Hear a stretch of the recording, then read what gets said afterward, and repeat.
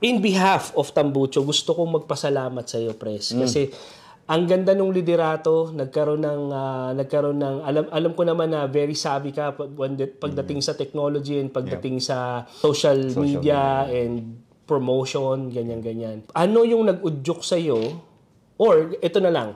What was your first reaction when we appointed you forcefully appointed you Thank you for as a pointing out. Obligasyon, coerced. Yeah. I don't know. Well, siguro I've been riding with Dennis. If you remember, we rode together sa Salala. 2,000, more than 2,000 kilometers, two persons.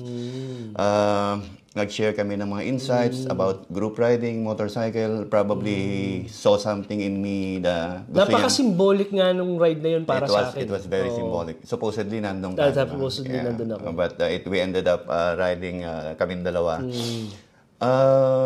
He was hinting on that. Sabi ko, no, wala ba tong ang Tambucho ba walang election? Sabi niya, no, right now, we want to give chance to everyone na may nakikita kaming leadership skill. Kanino ipapasa ang Kanino bato? ipapasa ang sakit ng bato. So, I was like, okay, pahapyaw siguro natin. And then I was surprised during the anniversary, which is anniversary Christmas party election of officers that I was appointed as the next president for 2024. Then I was telling Dennis na, alam mo yun, baka, syempre, nung una, bagong member ako I don't want to step on others' toes. Baka, well, he assured me. I assure you. He assured me. Na walang naghahangad ng posisyon mo. He assured me na, no, walang naghahangad yan. Ako rin, hindi ko rin nahangad. But, itinuro ako. Industry minds. Yeah, pero I mean, I accepted it with honor. It was very graceful. I was so grateful about it. And then I was like, okay, siguro may mga things as a member hindi ko magagawa. And now is the chance to do something more official with, of course, the help. Lagi tayo, may committee tayo. Meron tayong committee. Ang mga ex-presidents natin, Ed and Dennis, are always behind me to support, to give their insights, their input sa mga Maganda plans. nga yun kasi nga when it comes to leadership kasi okay talaga na may committee. At the same time, there are people who will support us when it comes to delegation of tasks kasi tulad nito yung sound engineer natin natutulog yung sound engineer natin tulog. Yung light engineer natin nag-ios but yeah, it has been an honor kahit na alam mo yun, before Tambucho was like it's just fun. Ang worry ko noon is baka pag naging official ang Tambucho magkaroon ng alam mo yun, hang up with other members. No, before ganito, no, before ganyan. So, with the help of Dennis and I'm very familiar with that Ed, kind. Yung politics. Yeah, so I told them na pwede ko bang implement tong mga ganito? And they were like, yes, this is something that we've been looking forward to. Yun yung maganda nung pagpasok mo. It's a clean slate. I think so. It's a clean slate. I think so. And then lahat ng ating mga adhikain or inspiration na pwede nating ilagay. Lahat pwede mong simulan. It's a very democratic position nga na very clean slate nga. Wala ka kasing, may pagkukumparahan ka pero hindi ganun kalalim. Hindi pa ganun kalalim. So ang tanong dyan, ang follow-up question ko dyan is, who would be the next? And are you still willing to extend your term? Okay. From the beginning na inappoint ako ni Dennis as president, I made it clear to him that I believe in democracy. I believe in polls. I believe in election. So for the upcoming year, we will in-announce ko na to sa meron kaming WhatsApp group. In-announce ko na to sa group na by probably 2 weeks before end of the year, magkakaroon tayo ng election. Wow. Ano ba to? Electronic nomination first? Yeah, nomination. And then a week before nung anniversary, which is January 1, we celebrated New Year. But anyway, any other day we'll do within the first week of January. I second emotion. Your emotions are overwhelming. So yeah, even officers, ang mauupo sa committee are ex-presidents, yung mga existing nating vice presidents within chapters, Qatar, Abu Dhabi, Northern Emirates, will be elected. you can nominate yourself. Di ba? Why not? Why not? You have the feel na you can be a coconut. You're hard-headed. Then nominate yourself. Maganda kasi yung ibinoboto natin presidente na nararamdaman ng mga miyembro na may yung feels nung grupo na alam nila. Kasi mahirap kasing malagay sa posisyon kung may mga taong against din forcefully. Forcefully. Pero I believe na kung kahit sino man yung mapunta dyan, we will wholeheartedly support that person. Yeah. Although, syempre, it has to incline doon sa, syempre, as Filipinos, meron tayong mga values. Yeah. Syempre, God, family, and work, di ba? Plus the value of the group values itself. ng group natin mismo, no? Yeah. So, we're mostly brotherhood. Hindi na siya fraternity kasi may mga lady riders na rin tayo, di ba? So, although fraternity is a general common term, but meron na tayong lady riders, 2 official, 2 non-official, hopefully maging official sila soon. So that will be the plan in terms of leadership. So I will sit with the ex-presidents as part of the committee. The new president, wholeheartedly, I will support him if he wants to continue my other plans or he has other plans na gustong isulong. Kagaya ng maraming organizations, hindi ka naman kailangan nasa posisyon para maging leader. Well, you can actually siguro pag naibigay sa yung torch ng leadership. Mahirap. But I think in such a way, ang simple kasi sa motorcycle group, you share one passion. Hindi to yung may paniniwala sa ibang religion, ibang political candidate. It's not, that's why siguro napakabilis di ba? Kasi pag nag-join ka, you know very well na it's not about your brand ng motorcycle. It's not about yung how many cc's your motorcycle. It's the passion of riding. Which, how we love life. Diba? Yun nga, di ba? Mahalin niyo yung buhay niyo. Mahalin niyo yung buhay niyo. So basically, nandun tayo sa point na ang conversation is not hard to find dahil it's about bikes. Correct. Maintenance mapa-maintenance yan. We all change our oils. Do you?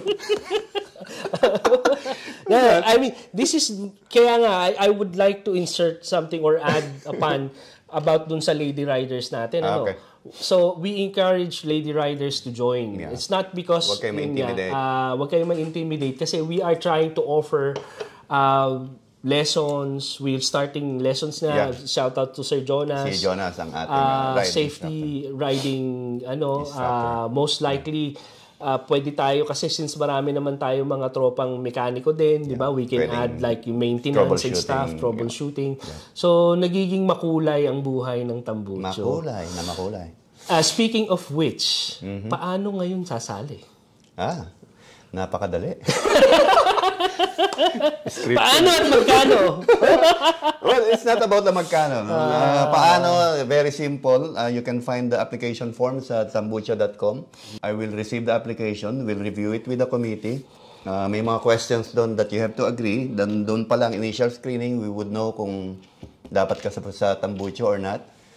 So, some members na prospect, siguro if you're thinking na gusto mo lang mag-join dahil you want to belong into a group or alam mo yun, dahil cool ang jersey ng Tambucho. No, hindi lang dahil cool, pati yung mga tao. Gusto mo lang magsuot ng jersey, siguro think twice. Pero if you are into this passion, if you are into meeting new people, helping and getting help from other people, collaborative tong grupo na to. Hindi to pang solo rider. Actually, yun nga yung isa sa mga nagbubrew dun sa mga discussions natin or brainstorming episodes natin.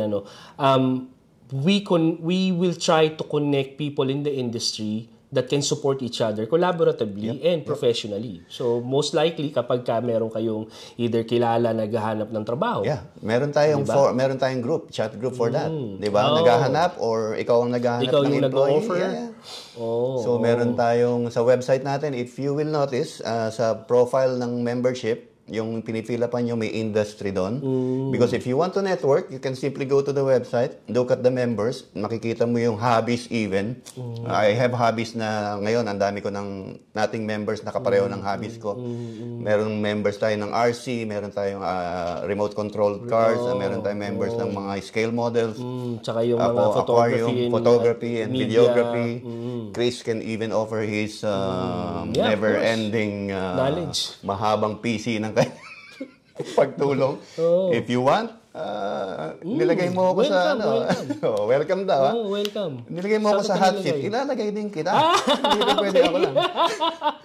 So yun, tambucho.com, meron tong application, apply now, but I suggest you read carefully what Tambucho stands for. Meron tayong especially sa safety. Terms and Number one nating sinusulong ang safety. Safety.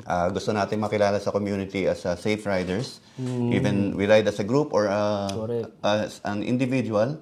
Maraming connotation ng mga public na dangerous ang bike at dangerous ang riders. Correct. Kaya nga isa sa mga parang tinatry, me personally, I try to push na ride strong and ride safe. Yeah. Diba? Ride strong and ride safe. Strong, ride hard, ride safe. Basta ride safe. Kaya nga minsan makita nyo RS, what does it stand for? Diba? Ride safe. Kasi nga, safety first lagi. Kasi, syempre, hindi lang naman kaya tayo nandito, hindi lang naman dahil magtrabaho, hindi lang naman dahil magsaya, kundi parang maging maingat tayo sa bawat aksyon natin ginagawa kasi may uuwian tayong pamilya para sa sarili din natin, para sa future din natin. Speaking of, okay. So, actually, may narinig ako sinabi mo nga, yung convenience of riding. Diba? Kasi most of the time, ang mga tanong sa atin or kapag meron tayong na-meet randomly, stranger, how can you ride in this weather? Paano? How? Di ba, delikado, hindi ba, actually, I would say, lagi kong sinasabi, apology is better than asking permission. Hindi, kidding aside, there is no safer place to ride a motorbike but here in UAE. Bakit? You agree, right? Bakit? We ride during weekends. Walang traffic.